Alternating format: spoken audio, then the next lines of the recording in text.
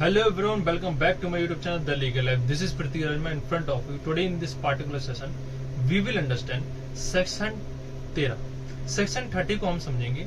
Section 30 क्या कहता है? बेसिकली ये सेक्शन काफी ज्यादा इंपोर्टेंट है. मेंस में इससे डायरेक्ट एमसीक्यू पूछा जाता है. डायरेक्ट इससे क्वेश्चन बनता है मेंस में. कई सारे जुडिशरी एग्जाम्स में पूछा गया है और कई सारे इससे एमसीक्यूज भी बनते हैं. सेक्शन 10 क्या कहता है? सेक्शन 10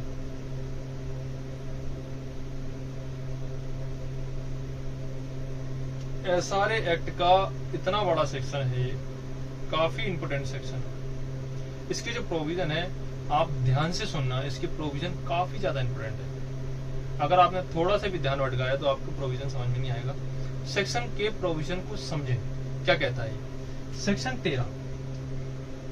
सेक्शन 13 बोलता है कि कोई भी कॉन्ट्रैक्ट किया गया है, ए और बी के बीच कोई भी कॉन्ट्रैक्ट किया गया है, तो उसमें क्रेता या फिर पट्टेदार, क्या क्रेता, मैंने किन वर्ड यूज किया, किन वर्ड्स का यूज किया? क्रेता या पट्टेदार. तो क्रेता या फिर पट्टेदार. तो क्रेता और पट्टेदार. क्रेता कौन होता है? क्रेता का मतलब है खरीदने वाला, किसी भी प्रॉपर्टी को खरीदने वाला. पट्टेदार कौन होता है? जो पट्टे पर कोई भूमि लेता है. तो पट्टे पर भूमि धारण करने वाला. सो पट्टेदार और क्रेता, इन दोनों के उपचारों को, रेमेडी को ये सेक्शन बताता है. क्या बताता है? ये उपचार बताता है इन दोनों के. तो जो उपचार बताता है इन दोनों, क्रेता और पट्टेदार. और विक्रेता किनके विरुद्ध? विक्रेता मतलब बेचने वाला, और पट्टा करता. इन दोनों के अधिकारों के विरुद्ध, या कहें कि इन दोनों के जो गलत तरीके से इन दोनों के द्वारा कोई संपत्ति बेची जाती है या फिर पट्टे पर रखी जाती है किसी व्यक्ति पर, तो वो व्यक्ति के पास रेमेडी प्राप्त है, वो इस सेक्शन में दी गई है. तो उन सेक्शनों में, इस सेक्शन में क्या क्या रेमेडी दी गई है हम इसको पढ़ेंगे. तो सेक्शन 13 की अगर मैं उपधारा यहां लिख रहा हूं, मैं सारी उपधारा, ठीक है. इसकी जो उपधारा है, इसकी उपधारा नहीं, मेन सेक्शन है, इसमें का, खा, गा, 4 रेमेडी दी गई है. क्या दी गई? 4 रेमेडी दी गई है सेक्शन 13 में. क्या दी गई?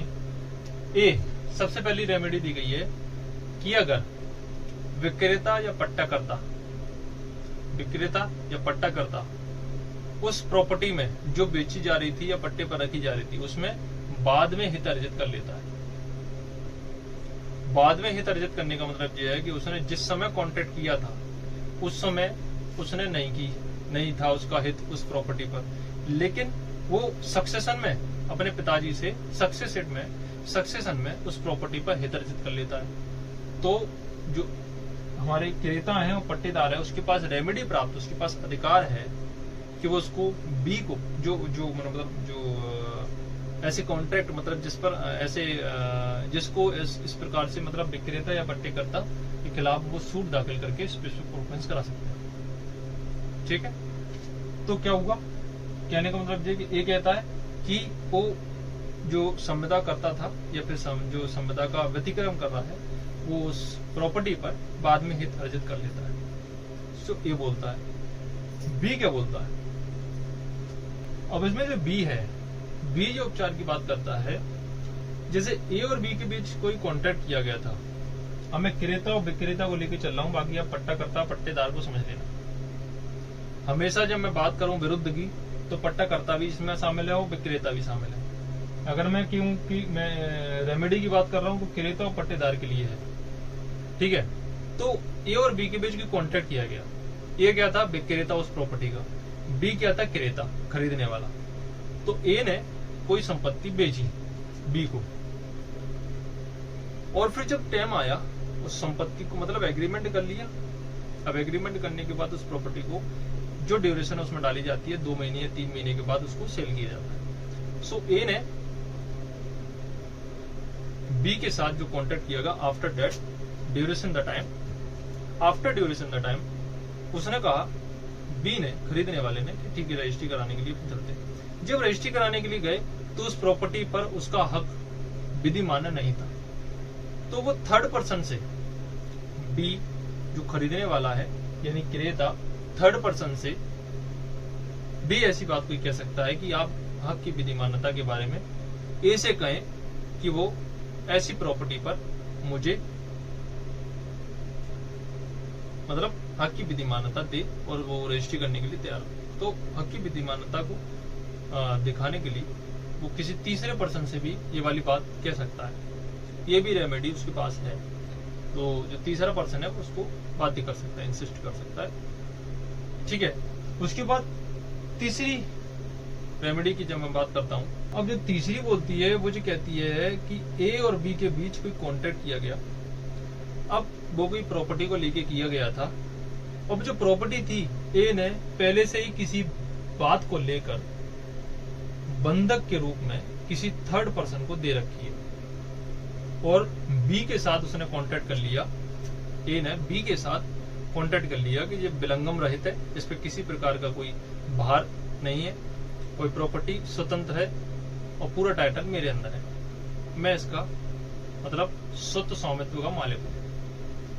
ए ने ये कहा, लेकिन उस प्रॉपर्टी पर पहले से वो किस पर रखी गई थी, बंधक पर रखी गई थी और जो बंधक धनराशि है वो विक्रय धनराशि से कम है। बंधक धनराशि विक्रय धनराशि से कम है। तो जो बी है, क्रेता या पट्टादार, ये दोनों उसको इंसिस्ट कर सकते हैं, उसको बाध्य कर सकते हैं कि उसको पहले उसका मोचन कराए फिर उस प्रॉपर्टी को मेरे को बेचे। तो ये तीसरी रेमेडी क्रेता या पट्टेदार को दी गई है इस प्रोविजन। और ये चौथी रेमेडी दी गई है क्रेता या पट्टेदार को, वो दी गई है कि जैसे मान लो ए ने बी के साथ कोई कॉन्ट्रैक्ट किया, अब बी जो कॉन्ट्रैक्ट का पालन करने के लिए तैयार है, क्रेता है, वो क्या कह रहा है, क्रेता की रेमेडी की बात कर रहा है। तो क्रेता ने ए के खिलाफ न्यायालय में सूट लगाया और वो न्यायालय में सूट लगाकर जीत जाता है। क्रेता या पट्टेदार जीत जाता है उस सूट को, तो और वो ए का उस पर टाइटल नहीं था और वो जीत जाता है कि ए झूठा था। तो उस कंडीशन में जो बी है, क्रेता या पट्टेदार, उससे ये भी कह सकता है कि जो मेरे केस के जो जितने भी मतलब पैसे थे तो ब्याज सहित वो चीज वो वापस भी ले सकता है। तो खर्चा वगैरह सब वापस ही ले सकता है ब्याज सहित। ये फोर्थ रेमेडी है। तो सेक्शन 13 उपचारों की बात करता है क्रेता या पट्टेदार के। 4 उपचारों की बात करता है। पहला क्या था, पहला जो विक्रेता या पट्टाकर्ता बाद में हित अर्जित कर लेता है। दूसरा, विक्रेता या पट्टेदार को किसी थर्ड पर्सन से भी इंसिस्ट कर सकता है क्रेता या पट्टेदार। उसके बाद तीसरा, कोई प्रॉपर्टी मोचन पर रखी गई थी, मोचन के लिए वो कोई प्रॉपर्टी बंधक पर रखी गई थी तो उसको मोचन कराने का अधिकार है क्रेता या पट्टेदार उसको इंसिस्ट कर सकता है विक्रय या पट्टेकर्ता को कि उसका मोचन कराए। तीसरी उपचार। और चौथा उपचार, अगर उसने कोई केस लगाया और वो जीत जाता है क्रेता पट्टेदार, तो वो ब्याज सहित वो खर्चा वापस ले सकता है। तो 4 रेमेडी इसमें दी गई सेक्शन 13 में। सो अगर ये प्रोविजन आपको समझ में आता है तो इस वीडियो को लाइक